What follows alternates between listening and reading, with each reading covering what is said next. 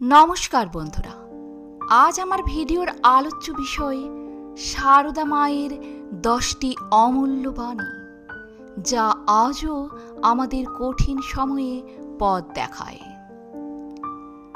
সারদা দেবী ছিলেন শ্রী রামকৃষ্ণ পরমহংসদেবের ধর্মপত্নী। তিনি অত্যন্ত সহজ সরল ভাষায় ধর্ম ও দর্শনের কথা বলে গিয়েছেন। সকলের প্রতি অপার করুণা ও দয়া ছিল সারদা মায়ের। সবাইকে তিনি নিজের সন্তান রূপে জ্ঞান করতেন। আজ সারদা মায়ের কয়েকটি বিশেষ বাণী আমি আপনাদের সামনে তুলে ধরব। সারদা মা অত্যন্ত সহজভাবে জীবনের কঠিন সমস্যার সমাধানের পথ দেখিয়ে গিয়েছেন। আপাত দৃষ্টিতে সাধারণ একজন গ্রাম্য মহিলা প্রথাগত শিক্ষা ছাড়া যেভাবে গভীর দর্শনের কথা বলে গিয়েছেন, তা সত্যিই বিস্ময়ের উদ্রেক করে। রামকৃষ্ণ পরমহংসদেবের সহধর্মিণী তিনি সারদা দেবী মহাসমাধির আগের মুহূর্ত পর্যন্ত নিজের সন্তানদের দুঃখ লাঘবের চেষ্টা করে গিয়েছেন। সমস্ত জীবন ধরে সন্তানদের দুঃখ কষ্ট দূর করার সাধনায় ব্রতী ছিলেন তিনি। সহজ সরল ভাষায় ভগবত তত্ত্ব প্রচার করেছিলেন তিনি। জীবনে কোন পথে কিভাবে চলতে হবে তাও শিখিয়ে গিয়েছিলেন। সবাইকে সন্তান রূপে দেখার অসাধারণ ক্ষমতা ছিল সারদা মায়ের। সমাজ যাকে দূরে ঠেলে দিত, তাকেও আপন করে কাছে টেনে নিতে পারতেন তিনি। তিনি বলেন, আমি 17 মা, অ17 মা। আমি সত্যিকারের মা, গুরুপত্নী নই, পাতানো মাও নই, কথার কথা মাও নই, সত্য জননী। মহাসমাধির আগে সারদা দেবীর শেষ উক্তি সম্পর্কে জানিয়েছিলেন স্বামী গম্ভীরানন্দজি। তিনি বলেন, শ্রী মায়ের দেহ যাইবার মাত্র 5 দিন পূর্বে এক ভক্ত অন্নপূর্ণা মাকে দেখিতে আসিয়াছিলেন, কিন্তু ভিতরে যাইতে নিষেধ বলিয়া ঠাকুর ঘরের বাইরে দাঁড়িয়েছিলেন। হঠাৎ পাশ ফিরিয়া মা তাহাকে দেখিয়া ইশারা করে নিকটে ডাকিলেন। তিনি কাছে গিয়ে প্রণাম করিয়া কাঁদিতে কাঁদিতে বলেছিলেন, মা, আমাদের কি হবে? করুণা বিগলিত ক্ষীণ কণ্ঠে অভয় দিয়া মা আস্তে আস্তে বলেছিলেন, ভয় কি?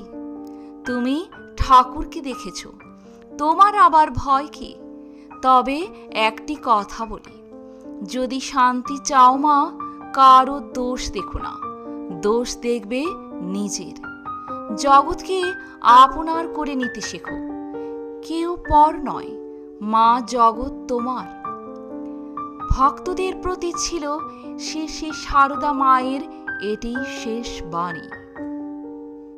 তার সহস্র অমূল্য বাণীর মধ্যে আর একটি হল, কর্মফল ভুগতে হবেই, তবে ঈশ্বরের নাম করলে যেখানে ফাল সিধুত সেখানে সূচ ফুটবে। জপ তপ করলে কর্ম অনেকটা খণ্ডন হয়।